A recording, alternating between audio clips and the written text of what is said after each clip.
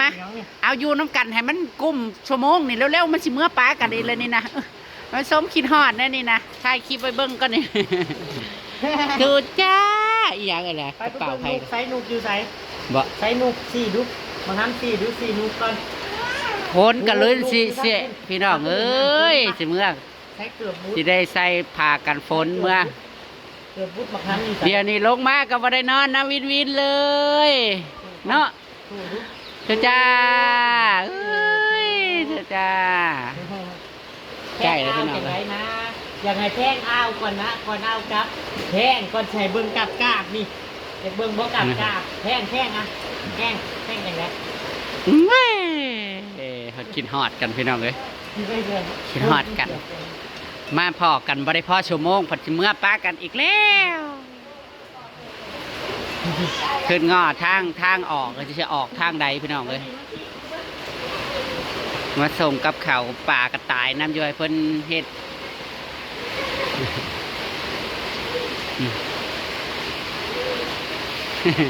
โพดนั่นเลยล้มโอ้ยเอานะกันโหมูเห็ดอะไรก็เห็ดน้ำอีก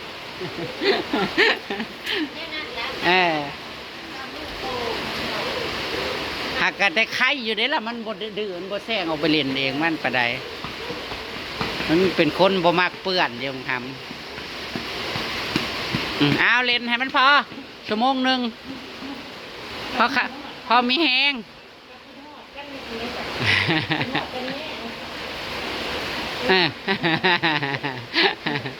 นี่แน่ตีกันแบบนั้นมือมันนักเนี่ยมือตีโอ้แค่นั้นลิ้นวะโทษถามนี่ก็ลิ้นวะสานคนกันอะไรเพิ่นกับเมียกับมาอยู่พี่แล้วบอกพี่หน้าอยู่พี่อ๋อ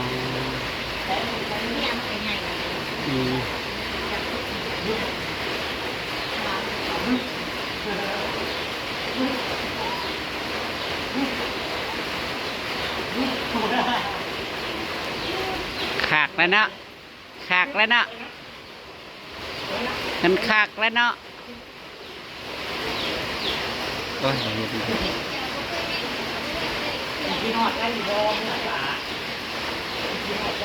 ที่แรกคิดว่าพ้นสิบตกพี่น้องเอ้ยตกจนได้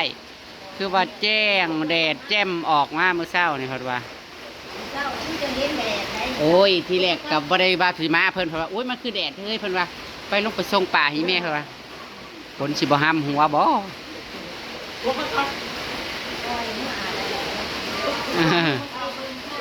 ดิป้าอ้อเพิ่นแซดมาว่าเจ้าลงมาสิเพิ่น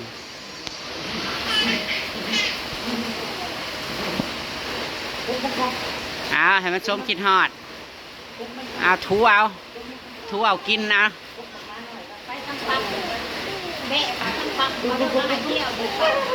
โอ้มองปั้มมองนั่นนะ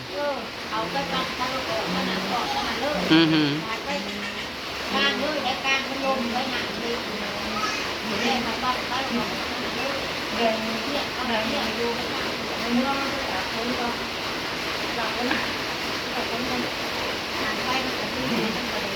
เอาเล่นแ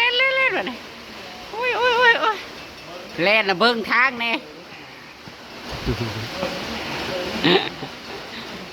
โอ้ยน้อยล่มนะเฮ้ยล่ม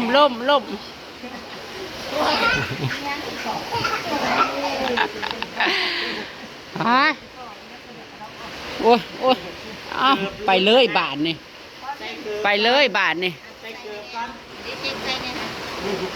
พอก่อนเมื่อยแล้วยังบ่ยอมอยู่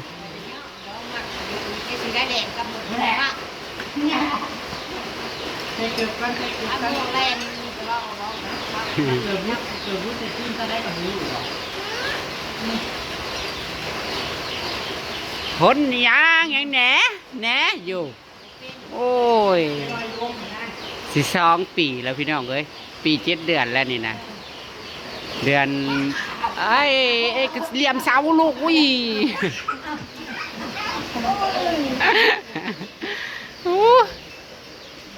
เอาไว้อีกเลย เฮ้ย ขี่รถนะบนแม่ใช้รถบักหลา ใช้รถขี่รถอ่ะ นี่เป็นไงวะฮะ หมู่บ้านเด็กคนเราไป ขับรถให้เบิ่งดู ปันไปเลี้ยวที่แหละผมมีไฟเลี้ยวหรอกนี่เลี้ยวเลย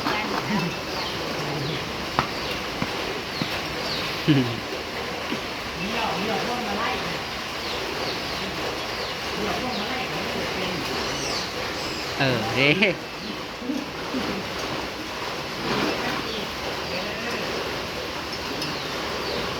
ห้องเมื่อยแล้ว แน่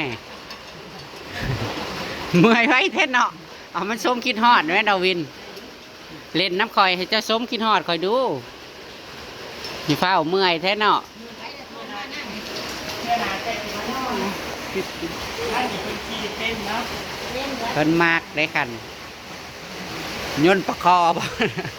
รถประคอบ่น่ะเอา นี่กันนี่เอา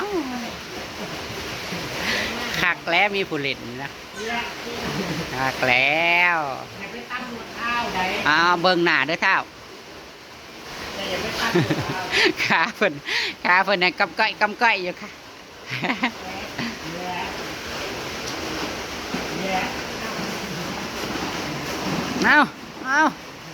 อาเสียแต่ยังบ่เว้านี่แล้วแหน่ได้แต่แม่อย่างเดียว โอ้ยเลี้ยง โอ้ยเวียนหัวน้ำข้นเสือลายๆดิเด้ เลี้ยงหัวเด็ก แน่ย้อมบ่วะ เลี้ยงหัว ย้อมบ่เจ้าย้อมข่อยบ่วะข่อยคิดฮอดเจ้าได้เจ้าย้อมข่อยบ่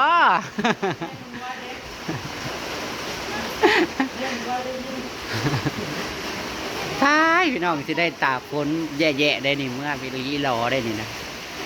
เอาเล่นให้มันน่ะนะ2 โมงเลยได้นี่นะเมื่อสิฮอดคอยเมื่อนี่นะคอยและบ่ให้นางครับเด้อจ้ะ บ่ให้นางครับจ้านางบ่เห็นหุงไปแล้วเจ้าน่ะไปแล้วตาไปแล้วไปอยู่กับยายแล้วตานั่นยังแมวเมาเนี่ยบัดว่าแมวเมาผัดเป็นอยู่ อยากเบิ่งแมวเมานะพูดไปเบิ่งงัวพูดไปเบิ่งโบพูดเห็นบ้านน่ะแน่งัวมันกินหญ้าตากฝนพูดเงียบเลยพี่น้องเอ้ยยามหน้านี่แห้งกะเงียบพระเจ้าออกให้ออกนะหักสะอ่อนทั้งนี้นะเข่าข้าเจ้างามขี่รถไกลมานะมันน้ำท่วมเนาะช่วงนั้นนะเขาน้ำท่วมมันสิงาม ทางเปื่อนเลยแม่เราบ่ได้คอยออกไปไซเด้กล้าขี่ฮอดรถซะนะไปแถวนี้ก็ย่างไปเว้นเอ้ยไปได้สิเมื่อปลาเลยได้บาทนี่สิเมื่อปลาเลยแล้วโอ้แน่เอาสิเมื่อปลาแล้วเก็บของก่อนโอ้ยวินสิเอายังไห้บัดนี้นะฮะวินสิเอายังไห้คอยเจ้าสิเอายังไห้ไปมากับบ่ได้นอนน้ำซ้ำเฝ้าไปเฝ้ามาพี่น้องเอ้ยช่วงนี้ยากหมูยากยังงัวอีกหายุกหาหญ้าให้กินโอ้ยเพิ่นว่าเฮ้ยหลอนแรงตกแรงนะฮะสิเลี้ยงไก่เพิ่นว่าเพิ่นสิเลี้ยงโครงการนะสิเลี้ยงไก่ขาย ลงไก่ขี่ลงมีลี เราคือเองใส่เป็ดมันจะรู้สึกใส่เป็ดใส่แล้วแบบไก่นี้เรา ขี่ลงทุ่นเห็ดแทบ เห็ดมันไม่ได้สิได้สิดีน้ำกับใจเองร้ายเองแมนความใหญ่แล้วอายุสิข่าว30แล้วก็สำนักแต่ว่าคันว่ายังสิอยู่น้ำกันเนาะ อายุแล้วก่อนบ่มี แหน่ แม่เจ้าก็บ่เอาเด้อ น่ะวินบ่เอาวะวินบ่เอาเจ๊กบ่ อายุแล้วกันแล้วให้ใจสิให้ปลากันนะ มาแพงกันก่อน แพงกันฮักกันแพงกัน เอาแพงโอ้ยนี่นี่สิบ่ให้คิดฮอดเนาะไดนี่นะ แม่คนเดียว คิดฮอดก็เที่ยวลงมาหา นี่ น้ำตาทีไร เช็ดอ่านด้วยไว้เนี่ย มา แป้งเฮ้ย คุณเล็กกู สิบ่ให้คิดฮอดเนาะไดคนนี่น่ะนี่นั่นนะยิ้มเหรอ ไปทางใดก็คิดฮอดบ่คนผู้เดียวนี่ ยิ้มทอดอยู่ เจ้ามีของดีอะไร บางครั้งก็สอนใหญ่เด้อได้ยิ้มเหรออย่าสอนใหญ่เด้อ นี่ยังกับเรากันอยู่ที่ห้องน้ ใจใหญ่ใจใจ ำยังตั้งกับม่วนแต่ว่าติดกันมันคือเราเมาอะไร ง่วยมาว่าแล้วพิษกันแล้วมันก็อึดอัดไปเบิดแล้วคันว่าพิษเลยแนมนากันก็บ่ติดง่วเวน เรียกเป็ดไข่ปลา แม่นคันเป็ดน่ะไข่เป็ดน่ะสิได้ขายอยู่แถวบ้านมันบ่มีคนขายเด้แม่ บางเรามาขายกุ้งไว้เขาหัว เอาห้องกีดอกไม้น่ะเรามาขายในบ้านแล้วเราก็บ่ได้หยังแต่ว่าเอาไข่น้ำเพิ่นน่ะมาฝากหักจักสิออกจักโตแล้วคันมันบ่ออกเลยสิไปซื้อแบบนั้นมาโลด คือเนี่ยผักนะ แม่นะมาเลี้ยงไข่มันนี่สิโอเคกว่าขายตัวเป็ดเป็นโตอยู่เพราะว่าขายเป็นโตพัดเพื่อสิได้ขายกันโลละ80 บาท ก็บอกแล้วว่าไปซื้อโต้มันก็ได้แล้วว่ะ อืม โต้มันก็ซื้อขายแล้วว่ะ อืม มันราคามันก็จะโต้ก็ได้เอามา เข้มมือนะ นี่นะไก่นะกับบ่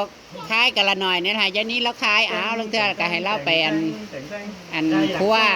เฮ็ดกับข้าวขายแค่นั้นแหละเพราะว่าอันนี้ก็พอจะได้ครัวลงมาไว้ให้เจ้ากินแค่นั้นแห ไป ละ หลักข้าวไปหลักข้าวไปหลักข้าว มื้อหน้าก็ให้ร้านเอามาเอาไปเลี้ยงนะมันหลายโตเด้ ไปหลักข้าว ให้แม่บักโน้นมาเอาไปเลี้ยงนะมันจับได้2 โต ใกล้ๆเนี่ยก็ได้เนาะ มันหักโอ้ว่าอาหารเด้อคันว่าหันเฮาเฮ็ดอันนั้นหลายผัดว่าอาหารหลายคือว่า นี่ได้แล้วว่ะเฮ้ยนี่ได้เท่าได้ลูกได้เลี้ยงแล้วว่ะได้ลูกขึ้นมาแล้วว่ะ มันมีวิตามินแบบคือเขาโฆษณานะไข่ดกไข่นานะเอามาให้มันกิน มันก็เครื่องหัวอาหารมันก็บ่ได้ใส่อยู่แล้วว่ะ แมน แล้วว่ะ สำหรับพวก แล้วว่ะเฮ้ปูมึงแล้วว่ะ นี่อย่างแรกว่าจังหวัดแล้ว ตลาดบ้านนั่นบ้านนี้แล้วว่ะไฟชงแต่ละอันนั้นแล้วว่ะ แล้วเขานี่ก็สิพักเพิ่นกันเฮ็ดหัวในเฮือนอะไรปลูกต้นกล้วยพอได้ไว้ให้หมูนำแล้วปลูกผักปลูกหญ้าพอได้ถ่ายคลิปในเฮือน เท้าแม่มันเหนียวเลย เหี่ยวบ่ โอ๊ยโอ๊ย เวลา โอ๊ย เนื้อสารน่ะ โอ้ยแนวบ่เห็นสับบ่เห็นแนว แนว เหนียวเลย2 ตัวเลย นี่ แต่ละมื้อมันบ่ว่า เอาบายบายก่อนบายบายก่อนบัดนี้สวัสดีป้าลุงก่อนบายบายไปก่อนเด้อเดี๋ยวเมื่อป้าวินอีกแล้ว กล้วยกลัว โอเคพี่น้องเอ้ย ไม่ได้ทรง เขาก็สิได้เดินทางออกแล้วเพราะตอนนี้บ่าย2แล้วฮอดบ้านค่อยไปค่อยมาตอนนี้สิบ่าย2:30เลย กลัวมันเสียง จ่ายจะกลับอีกแล้วนะบายบายพูนแล้วท่านเจ้าน่ะกับผู้ตุกแรงพูนแหละแต่ว่ามันแล้วเขาวแล้วน้ำมันเหือดมันแห้งพูนทั้งสิพาลงว่าอยากลงไปเยี่ยมแม่จังมาสู้กันพอดี กินเห็ด บาย โลดของที่ บาย มาให้นะกินกับเรา ไปนี่ไปนี่ บายบายเอ้ย บายเอาหมอมเฮ้ยอยู่ไม่จริงนะเฮ็ดจังสิเบิ่งเฮ็ด เออ จุ๊บจุ๊บจุ๊บ โอ้ยเหลีย อย่าง โอ้ยหมดแล้วพี่น้องเอ้ยจึงใส่ฝากกันบน เบิดวนน่ะ หักเลยเนี่ย ไปเด้อพี่น้องเด้อจะได้ก็เป็นกำลังใจให้เด้อจ้าฝนตกฟ้าลงกับบ่ได้อยู่ ทำแท่งใหญ่ๆอย่างไรจะแท่งใหญ่ๆดู นั่นแหละแนวกินเบิด ตื่นใจ แนวกินเบิดแล้วก็บอกแล้วคันบ่ได้ลงมาก็ฝากลงมา เพราะว่าเอากล้องขึ้นเลยได้นะไปเด้อบ๊ายบาย ไปลูกไปอยู่ที่นี่ โดย จุดละซ้ายมานี่เด็กนะอะไร ครับ